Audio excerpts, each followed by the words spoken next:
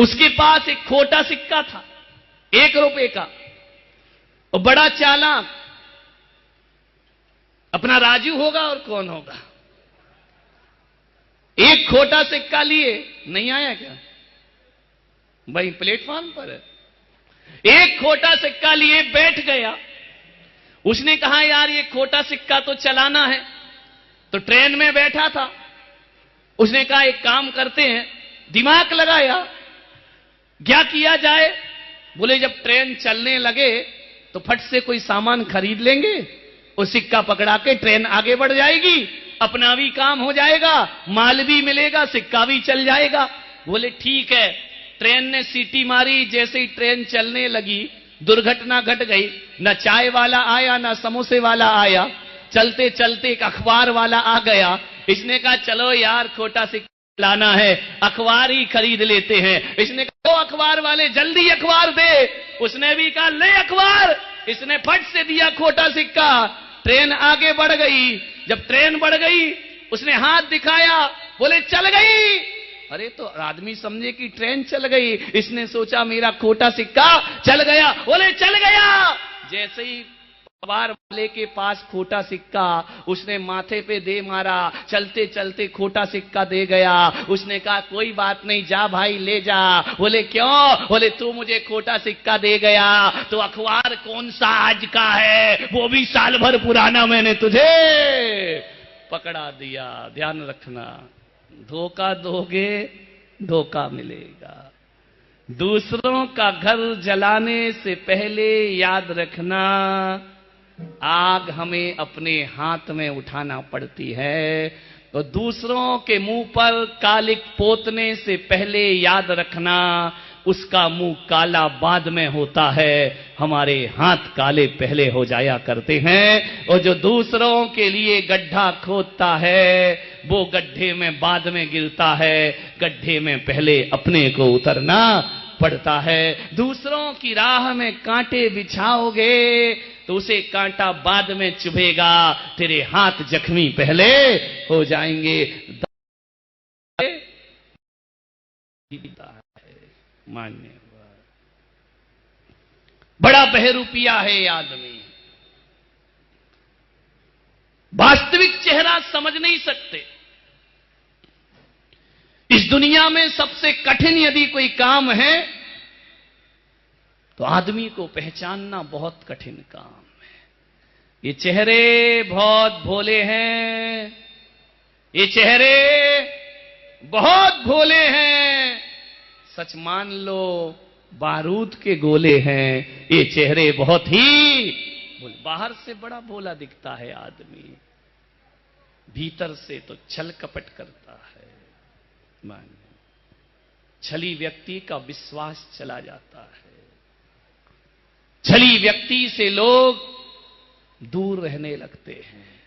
छल ज्यादा छुपता नहीं है, ऊपर ही आता है एक दिन। पाप और पारा कभी पचते नहीं है, रंचक और दगा कभी किसी से छुपते नहीं है। लाख कोशिश करो, लाख चतुराई कर लो, ये छल तो सामने आता ही आता है। एक दिन तो पकड़ा जाता है। कब तक बचेगा आदमी, कब तक गुनाहों से बचेगा ये आदमी, कब तक अपराधों से बचेगा ये आदमी, कब तक अपनी गलतियों से बचेगा ये आदमी। आज नहीं तो कल एक दिन उसे जरूर प्राप्त होगा। मान्यवर, आदमी जुर्म करता है, वो सोचता है सबूत मिटा दिए जाएं। एक बात याद रखना, हर जुर्म अपने पास एक सबूत के निशान जरूर रखता है। तुम लाख कोशिश कर लो, लाख तैयारियां कर लो, यदि गलत काम है तो एक दिन उजागर जरूर होता है। एक बात मुझे याद आ रही, मुझे बहुत अच्छी लगती है, इसलिए आपको सुना रहा हूं। आपने सुन भी रखी होगी। एक मजिस्ट्रेट थे, बहुत बड़े न्यायाधीश थे। सुबह सुबह वो मॉर्निंग वॉक पर निकले। चलते गए चलते गए चलते गए चलते गए, शहर से बाहर निकल गए। झाड़ियों के पीछे पगडंडियों के सहारे जंगल की तरफ निकल गए। सुनसान इलाका है, एकांत स्थान है। उन्होंने क्या देखा कि एक आदमी किसी की हत्या कर रहा है, उसे मार रहा है। और मजिस्ट्रेट महोदय ने उसे देख लिया कि इस आदमी ने इसे मारा है। वो जैसे ही उस आदमी को आहट मिली कि कोई आ रहा है, वह भाग गया। कुछ दिन बाद वही केस मजिस्ट्रेट की अदालत में आता है। सबूत जुटाए जाते हैं। अदालत में केस आया। न्यायाधीश महोदय ने देखा कि यह तो मैं जानता हूं कि इस आदमी को मारा किसने है, लेकिन कटघरे में खड़ा कोई और है। उसने अपने सब सबूत मिटा दिए और जो सामने वाला वकील है वह अपने तर्कों से सबूत पेश करके इस निरपराधी को सजा दिलवा रहा है। न्यायाधीश जानते थे कि हत्यारा ये नहीं है, हत्यारा तो वो है जिसे मैंने देखा है, लेकिन अकेले देखने से न्यायाधीश किसी को सजा नहीं दे सकते।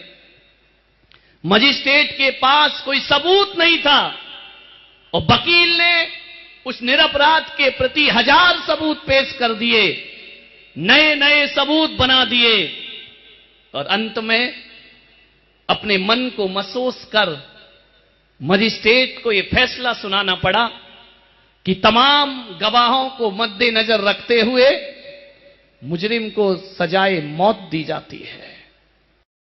उसने कहा, हुजूर मैंने हत्या नहीं की है। न्यायाधीश ने कहा कि सबूत बता रहे हैं, गवाह बता रहे हैं कि तुमने ही मारा है। सजाए मौत। अदालत बर्खास्त हुई। मजिस्ट्रेट ने उस मुजरिम से कहा कि तुम 1 मिनट को मेरे केबिन में आओ। वह वहां गया। मजिस्ट्रेट ने कहा कि मुझे माफ कर दे भाई, मैं जानता हूं कि तू हत्यारा नहीं है, बस मेरी छाती पर एक बोझ है और मेरा मन, मेरी आत्मा भीतर से कह रही है कि मैंने तुझ जैसे निरपराधी को फांसी की सजा दे दी, जबकि ये सत्य मैं जानता हूं कि उसका हत्यारा कोई और है, लेकिन सबूत के आगे कानून की किताबों से मैं बंधा हुआ हूं।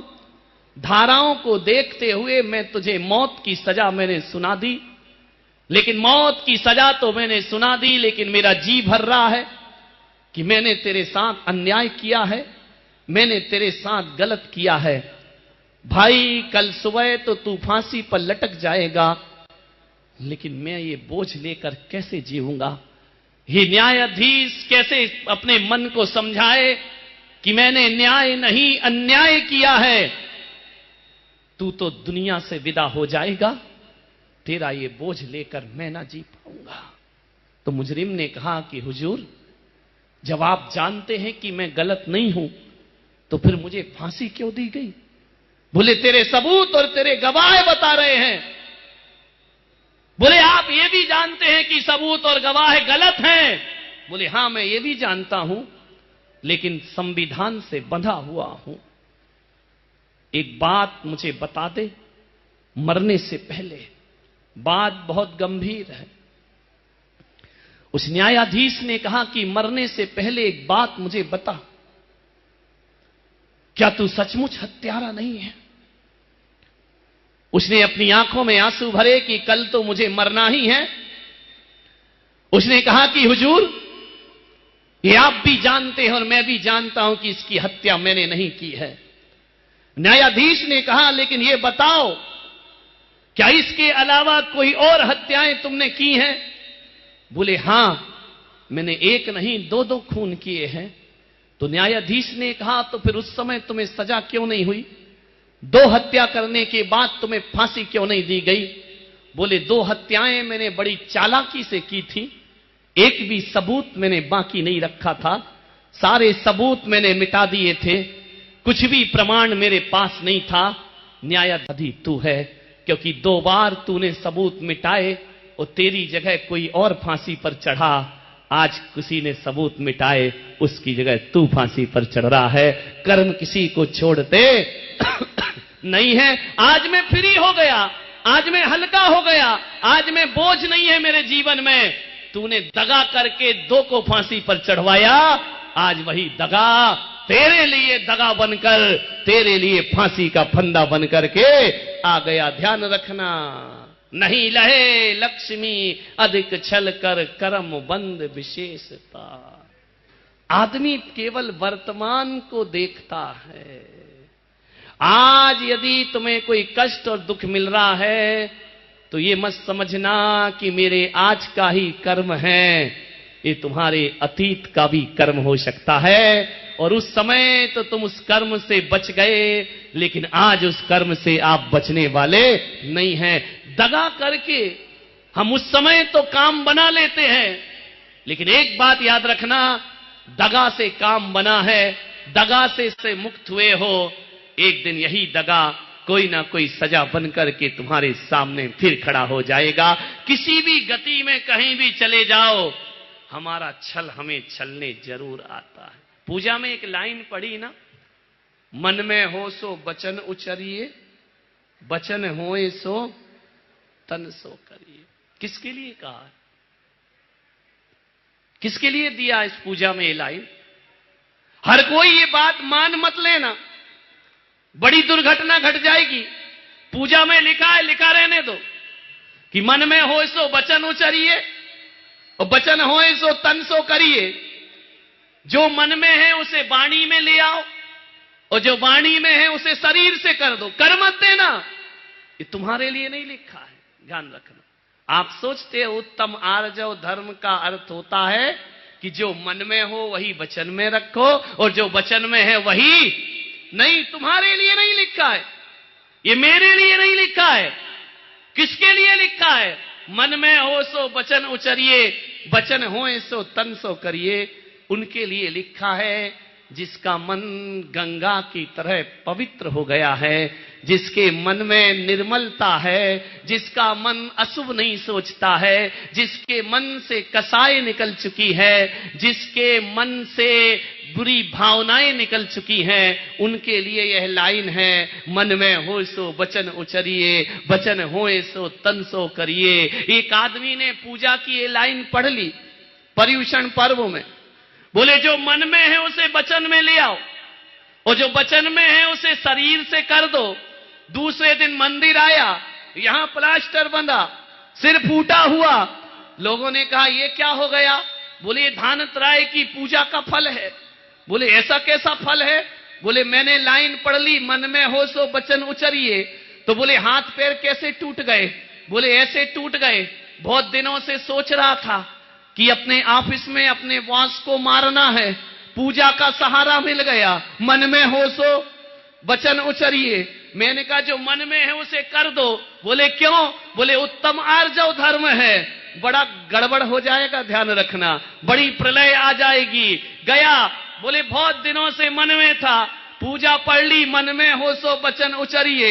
मैंने जाकर के अपने बॉस की कॉलर पकड़ी, बचनों से गाली दी, हाथ से पिटाई की। तो बोले ये क्या हो गया?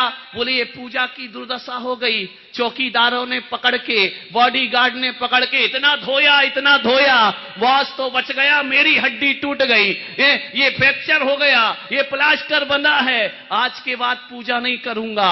मैंने कहा क्यों नहीं करेगा? बोले पूजा में ऐसी बात सिखाते हैं, मन में हो सो वचन उचरिए।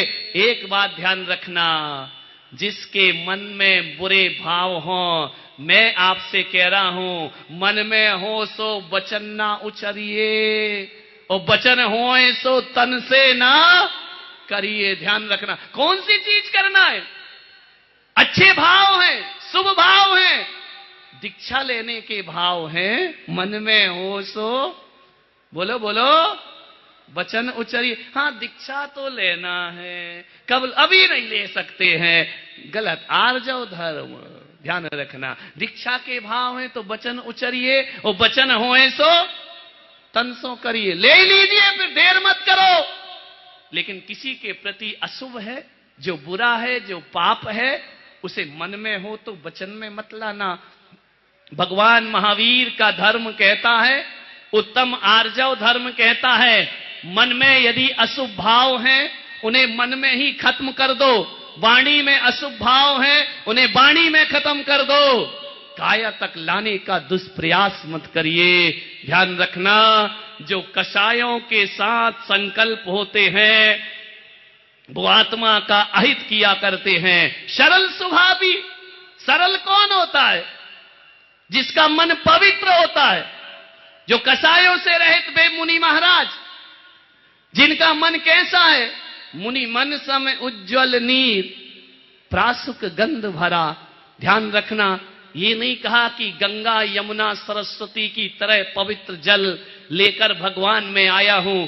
मेरा जल कैसा है? मुनि मन सम उज्ज्वल नीर, जैसे मुनियों के मन में बुरे विचार नहीं उठा करते हैं। और कौन से मुनि?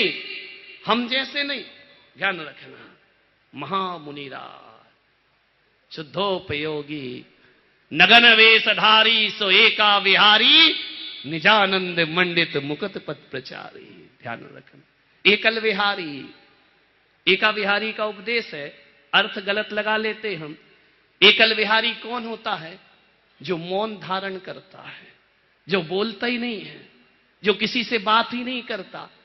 और जिसे किसी से बोलना ही नहीं है तो संग में रह के करेगा क्या? इसलिए वो एकल विहार करते हैं, वह अकेले चला करते हैं। ऐसे नहीं कि एकल विहारी हैं और दिन भर बोल भी रहे हैं, दिन भर बातचीत भी कर रहे हैं। तीर्थंकर एकल विहारी होते हैं, दीक्षा लेते ही मौन हो जाते हैं, और जब तक केवल ज्ञान ना हो उनका मौन खुलता, और केवल ज्ञान में भी मौन नहीं खुलता। भगवान तो मुख से बोलते ही नहीं, वाणी तो अंग अंग से झरा करती है। इसलिए वो होते हैं एकल विहारी। पूजाओं के अर्थ गलत मत लगाना, मन में हो सो वचन उचरिए, अच्छे भाव हो, कल्याण के भाव हो, जग के हित करने वाले भाव हो, उन्हें वचनों में ले आओ, और वचन में आ गए तो शरीर कर दीजिए, लेकिन अशुभ भावों को मत करिए। अशुभ भावों को वहीं पर नष्ट करने का प्रयास करिए। सरलता का अर्थ होता है मन की पवित्रता। मन पवित्र नहीं है, नित गंग जमुन समुद्र नाम, विधि घट शुचि कहे। मन की शुद्धि। आपका कोई के लिए छल मत, कपट मत हो, पुण्य करो। ध्यान रखिए, पुण्य से हर काम बन जाया करते हैं। अरे पुण्य में ना हो हिम्मत तो संतों की संगत नहीं मिलती। पुण्य में ना हो हिम्मत तो संतों की संगत नहीं मिलती। और किसी को भीख में इतनी बड़ी दौलत नहीं मिलती, किसी को भीख में इतनी बड़ी दौलत। आज इस शिविर में बैठे हो, श्वेत वस्त्र धारण किए हैं, तपस्या कर रहे हो, एक आसन कर रहे हो, उपास कर रहे हो, ये पुण्य का उदय है। ध्यान रखना। लेकिन एक बात याद रखना, ये सफेद वस्त्र पहनकर, ये तपस्वी का भेष बनाकर छल मत करना। नहीं तो मैंने देखा एक सफेद साड़ी में कल एक दूध पी रही, चौराहे पे खड़ी होकर, कमाल कर दिया भाई। वहां भी सूट आई, यहां भी चालू है। विचार करिए, रंचक दगा बहुत दुखदानी। विचार करिए आप, संयम साधना, 10 दिन भी मन बस में नहीं होता, 10 दिन भी संयम नहीं आता जीवन में, व्यर्थ है हमारा ये बैठना। याद रखिए, दगा मत करिए, छल मत करिए। छल से साधना करोगे तो तत्व की प्राप्ति नहीं होगी। कुछ है यहां सफेद कपड़े, अभी जाओगे रंग बिरंगे, इधर तो जय जिनेन्द्र करवा रहे हो, तपस्वी कहला रहे हो, बाहर जाकर फिर वैसे ही जीवन नहीं। रंचक दगा बहुत दुखदानी। ये वस्त्र धारण किए, साधना के, विश्वास के, इन कपड़ों को पहनकर होटलों में खड़े मत हो जाना, पान की दुकान में खड़े मत हो जाना। इन कपड़ों को पहनकर ऐसी जगह मत चले जाना। आप सोचते हैं उससे क्या होगा? सुना दूं, छोटा सा था जब मैं स्कूल में पढ़ाई गई थी, एक, तुमने भी पढ़ी होगी, बाबा भारती थे, उनके पास एक बहुत सुंदर सुल्तान नाम का घोड़ा था, बिल्कुल सफेद स्वच्छ घोड़ा, अच्छी हाइट वाला घोड़ा बाबा भारती के आश्रम में बंधा रहता था, अस्तबल में बंधा रहता था। एक बार डाकू खड़क सिंह, उसकी निगाह बाबा भारती के घोड़े पर पड़ गई। डाकू खड़क सिंह ने कहा, यह घोड़ा मुझे मिलना चाहिए, चाहे कैसा भी कोशिश करूं। लेकिन उसे लगा कि बाबा भारती तो संत हैं, महात्मा हैं, इनसे कैसे मांगू। उसने छल किया। कहानी तुम्हें मालूम होगी। एक जंगल में दूर रास्ते पर, जहां से बाबा भारती रोज आते जाते थे, वहां पर एक कोढ़ी का रूप बना लिया, एक भिखारी का रूप बना लिया, अपाहिज का रूप बना लिया। यहां से बाबा भारती अब घोड़े पर निकलेंगे। बाबा भारती सुल्तान पर बैठकर वहां से निकले। डाकू खड़क सिंह ने देखा मौका अच्छा है, अपाहिज का रूप बनाकर बाबा के सामने खड़े हो गए। बाबा भारती से कहा, मैं अपाहिज हूं, मैं चल नहीं सकता, मैं लंगड़ा लूला हूं, मुझे कुष्ठ रोग हो रहा है, रात घिरने को है, मुझे घोड़े पर बैठा दो, मुझे थोड़ा शहर तक पहुंचा दीजिए। बाबा भारती दयालु थे, संत हृदय थे। घोड़े से उतर गए सुल्तान से, सुल्तान की गर्दन पर हाथ फेरा। बेटा सुल्तान, जा इस अपाहिज को यथा स्थान पे छोड़ना। जैसे ही रकाब पर पैर रखा, उस अपाहिज ने घोड़े की लगाम हाथ में ली और बहुत जोरों से हंसा। बोले, बाबा भारती, ये कोई अपाहिज नहीं हूं मैं, मुझे तुम्हारा घोड़ा चाहिए था, आज से सुल्तान मेरा है। और वह घोड़े पर एड़ लगाकर घोड़ा भागा बिजली की ताल में। बाबा भारती खड़े देखते रह गए। घोड़े की टाप से धूल उड़ी, बाबा भारती के हाथ से घोड़ा चला गया। बाबा भारती ने कहा, डाकू खड़क सिंह, एक बात मेरी सुन ले, तुझे सुल्तान चाहिए ले जा, ये घोड़ा चाहिए ले जा, बस एक बात मेरी सुन। लगाम खींची डाकू खड़क सिंह ने। क्या बोलते हो? बोले, बस एक बात सुन ले, जो घटना अभी घटी है, इस घटने को यहीं राज बनाना। बोले, क्यों? बोले, किसी के सामने मत बोलना, मैं भी पुलिस वालों के सामने नहीं कहूंगा, मैं तेरी कोई एफआईआर दर्ज नहीं कराऊंगा, मैं तुझ पर कोई दावा नहीं ठोकूंगा, तुझे घोड़ा चाहिए ले जा, लेकिन ये बात किसी को मत बताना कि मैंने अपाहिज बनकर के घोड़ा छीना है। डाकू खड़क सिंह ने कहा, इससे क्या फर्क पड़ता है? बाबा भारती ने कहा, इससे बहुत फर्क पड़ता है। एक बात याद रख खड़क सिंह, तूने मेरे साथ किया, कोई बात नहीं चलेगा, ले जा ये संत का घोड़ा ले जा, इसे कोई जरूरत नहीं, लेकिन ये बात किसी को मत बताना, वरना तेरी इस करनी से लोगों का दया करने का भाव खत्म हो जाएगा, लोग अपाहिजों पर दया नहीं करेंगे। इस घटना को सुनने के बाद लोग भिखारियों पर दया नहीं करेंगे। हर व्यक्ति उन भिखारियों को, अपाहिजों को शक की निगाह से देखेंगे। तू घोड़ा ले जा तो ले जा, लेकिन इस बात का जिक्र कहीं मत करना, नहीं तो लोगों के अंदर से करुणा और दया के भाव हमेशा को समाप्त हो जाएंगे। और वही मैं शिविरार्थियों से कह रहा हूं, ये सफेद कपड़े पहनकर गलत काम नहीं करना, वरना लोगों का इन कपड़ों से विश्वास उठ जाएगा, धर्म से लोगों का विश्वास उठ जाएगा। जाओ खड़क सिंह, ले जाओ ये घोड़ा। खड़क सिंह घोड़े को तो ले गया, रात भर सो नहीं पाया। यही बात उसके दिमाग में गूंजती रही, अरे डाकू है तो क्या हुआ, है तो एक इंसान ही। यही बात दिल को चोट करते रही कि जिस छल से तुमने ये घोड़ा लिया है, इस छल की चर्चा कहीं मत करना। कहते हैं सारी रात करवट बदली उस डाकू ने, और प्रातः काल 4 बजे बाबा भारती कमरे में सो रहे हैं।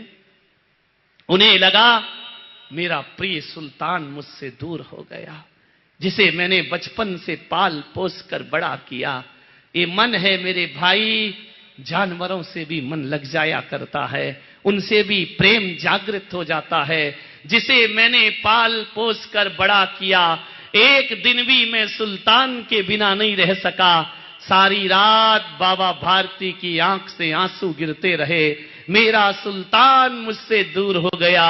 और दुख तो इस बात का है, चोरी से गया होता तो भी दुख नहीं होता, छल करके कोई मुझसे मेरा घोड़ा ले गया। प्रातः काल आंख खुली बाबा की, घोड़े की हिनहिनाने की आवाज। बाबा ने कहा मेरा सुल्तान कहां है तू? अस्तबल में जाके देखते हैं तो घोड़ा बंधा हुआ है वहां पर। बाबा भारती दौड़े दौड़े गए, सुल्तान को गले लगाया। तू वापिस कैसे आ गया?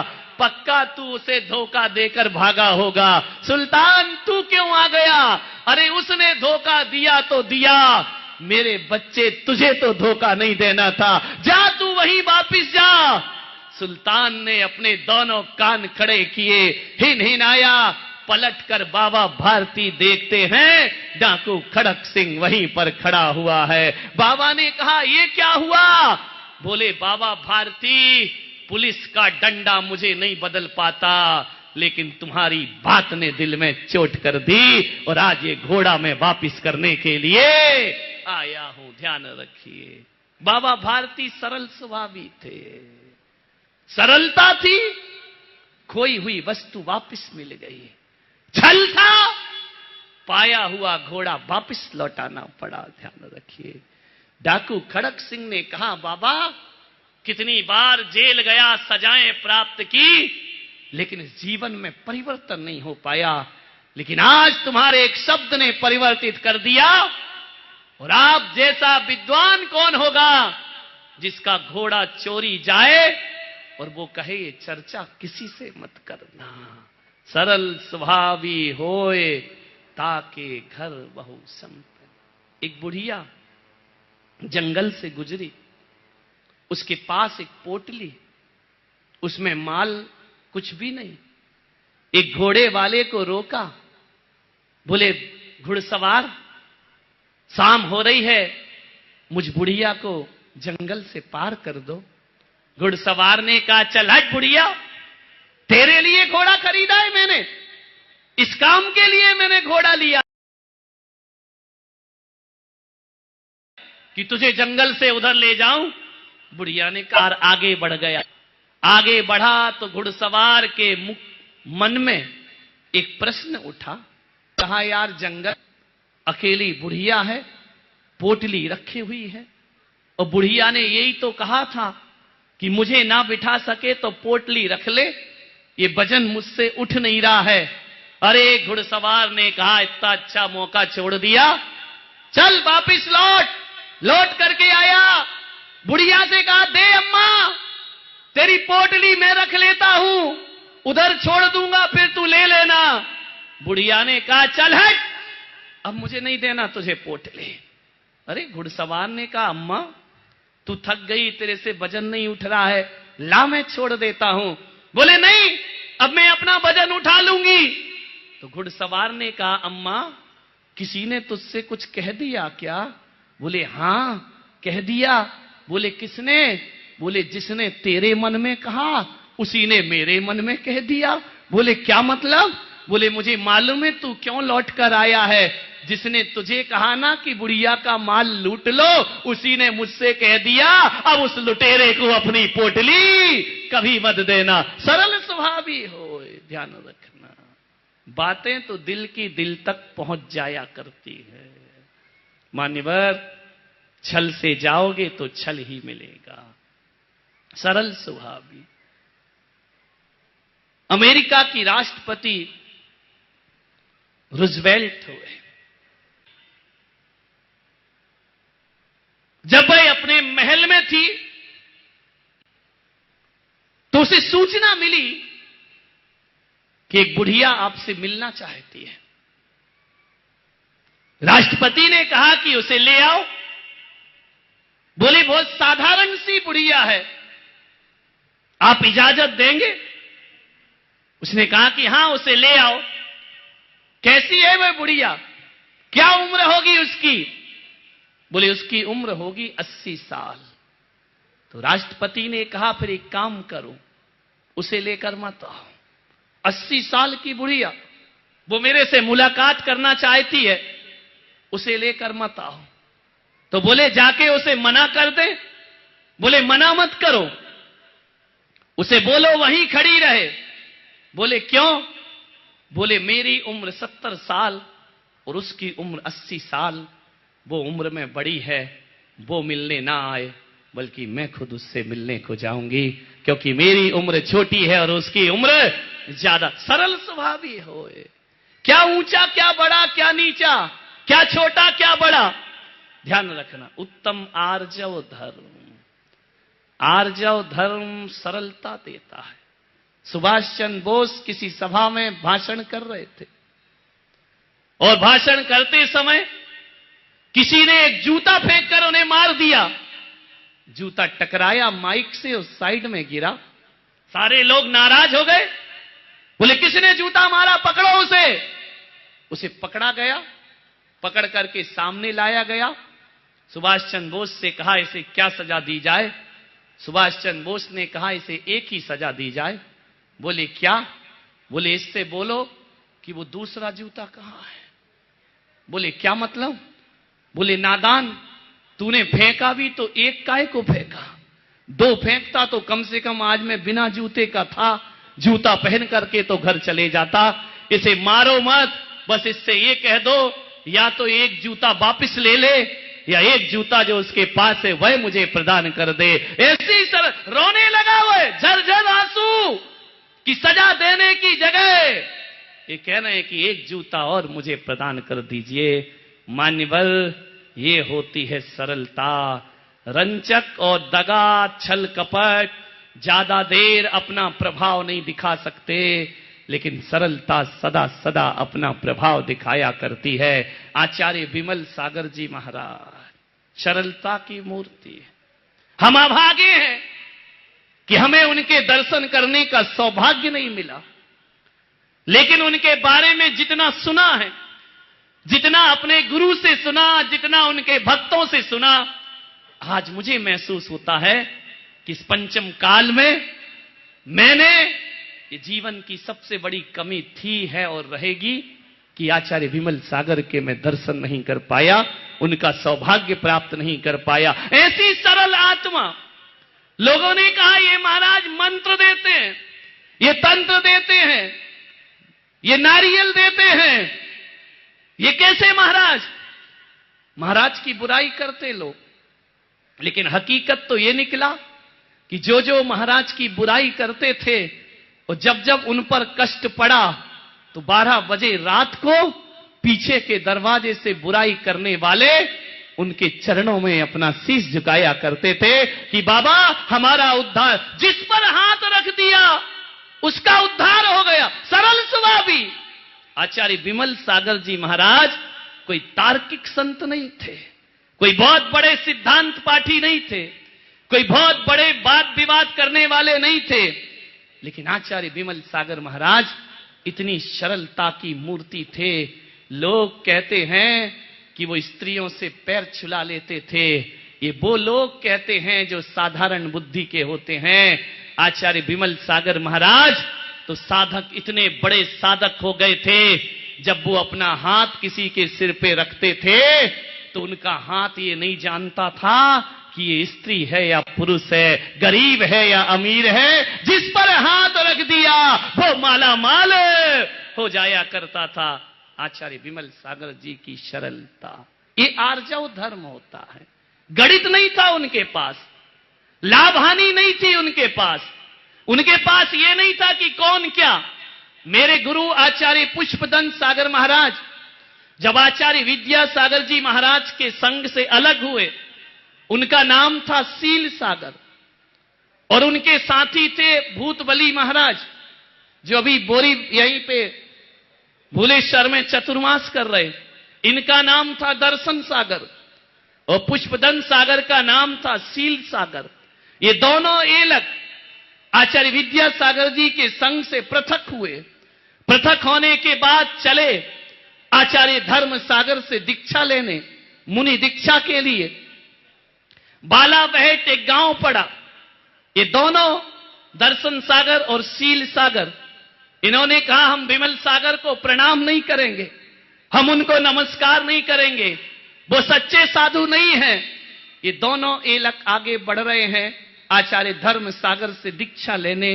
लेकिन रास्ते में चलते चलते भाव आता है कि हम एक आचार्य का अपमान कर रहे हैं, एक आचार्य संग सहित बैठा है, हम दीक्षा ले या ना ले हमें उनकी वंदना करना चाहिए, हमें उन्हें प्रणाम। भीतर का परमात्मा जाग गया, भीतर की विशुद्धि जाग गई। मैं कहता हूं आज कुछ भी हो, लेकिन उस क्षण तो दोनों एलक के परिणाम आर्जव भाव के परिणाम थे। दोनों 2 किलोमीटर 3 किलोमीटर आगे चले, लौट करके वापिस आए। आचार्य विमल सागर को पता चला, जो आर्जव धर्म के अधिकारी, आर्जव धर्म के साधक, उन्हें पता चला कि 2 एलक चले आ रहे हैं। अरे आज तो वो स्थिति है कि मुनि मुनि से मिलने में कतराता है, मुनि मुनि की प्रतिवंदना नहीं करता है। आचार्य विमल सागर ने कहा जिन शासन के 2 एलक ये अपने ही बच्चे हैं, और जब बच्चा आता है लौटकर तो मां बाप दरवाजे पर आ जाया कर। आचार्य पद देखिए, सरलता, आर्जव भाव। एक आचार्य परमेष्ठी अपने कक्ष से उठते हैं और धर्मशाला से बाहर आकर जब दोनों एलक चरणों में गिरते हैं, मन की कटुता मिट गई दोनों की कि हम क्या समझते थे और ये क्या आत्मा है। एक आचार्य 2 एलक का आमंत्रण दे रहे हैं, चरणों में गिर गए। आचार्य ने उठाया, दोनों को अपनी बाहों में भर लिया और अपने निमित्त ज्ञान से एक ही शब्द कहा, कहां लंगोटी का भार लेकर घूम रहे हो? मन में यही विकल्प है ना, मुनि दीक्षा लेना है, आओ मेरे से दीक्षा ले लो। इन्होंने कहा महाराज आपका पंथ अलग है, हम उसमें ना जी पाएंगे। आचार्य विमल सागर ने कहा पंथ अंत छोड़ो, ये तो निर्ग्रंथों का मार्ग है, यहां पंथों से कोई संबंध। और दोनों को दीक्षा दे दी। एक का नाम रख दिया पुष्पदंत, दूसरे का नाम रख दिया भूतबली महाराज।